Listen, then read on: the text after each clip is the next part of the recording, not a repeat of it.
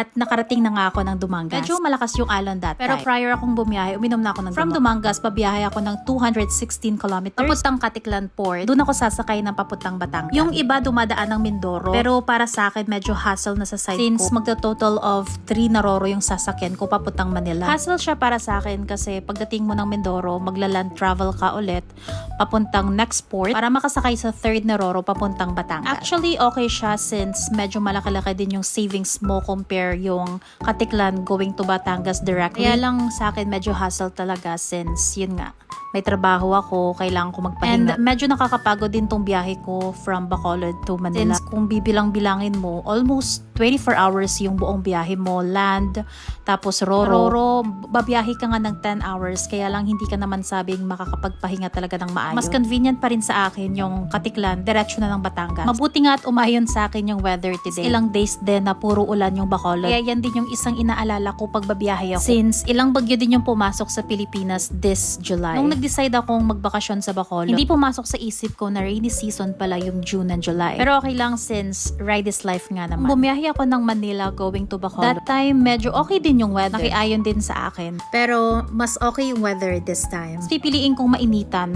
kesa maulanan. Since galing akong trabaho, tapos babiyahe ako, tapos wala pang tulog, wala pang pahinga na maayos, tapos mauulanan ka pa. Sobrang hirap no. Google Map lang yung ginagamit ko nung bumabiyahe ako. Hindi rin naman ako familiar ng daan ng Panay. Pero yun, si Google Map na lang talaga yung bahala. So far, hindi naman ako naligaw. Na-notice ko nga, iba yung dinaanan ko nung papunta akong Bacolod compare nung pauwi ako ng Manila. Last time sa naalala ko, marami akong dinaan ng bypass. Pero nung pabalik akong Manila, medyo konti lang. Sabi ko nga, mas chill yung biyahe ko nung pauwi ako compare nung papunta akong Bacolod. Since solo ride nga lang ako, hindi ako familiar talaga ng daan. Kaya nung bumiyahe ako papuntang Bacolod, chill talaga ako. Pero nung pabalik na akong Manila, since may idea na ako ng daan, medyo mabilis-bilis na rin yung takbo ko. Naloloka nga lang ako sa daan dito. Kasi sa naalala ko, 2 bridge yung dinaanan ko. Tapos puro pa siya blind curve. Kaya kamuntikan na akong ma-overshoot. Pero syempre, na-manage din naman. Maya-maya ako tingin ng Google Map. Lang sa Google Map kasi hindi naman siya halatang blind curve. Yung nakakalito pa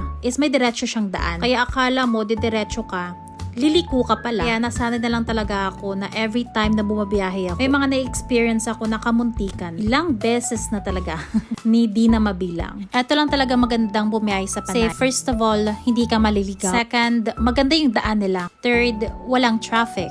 Tapos, puro diretso lang din yung daan. Di rin ako natakot bumiyahe mag-isa. May mga sira silang daan, pero kukonti lang. Yung delikado lang talaga yung mga deform na mga espalto. Sobrang delikado nun kasi ramdam na ramdam talaga sa motor. Kaya kailangan focus talaga habang bumabiyahe. Sabi ko nga sa sarili ko, itry kong diretsuhin to. Di na ako hihinto or magpapahinga. Kasi hindi naman sabing kalayuan talaga yung 200 plus kilometers. Sabi ko nga, may hinahabol akong oras. Kailangan ko makakuha ng ticket ng papuntang Batangas. Pero positive talaga akong makakasakay ako ng papuntang Batangas.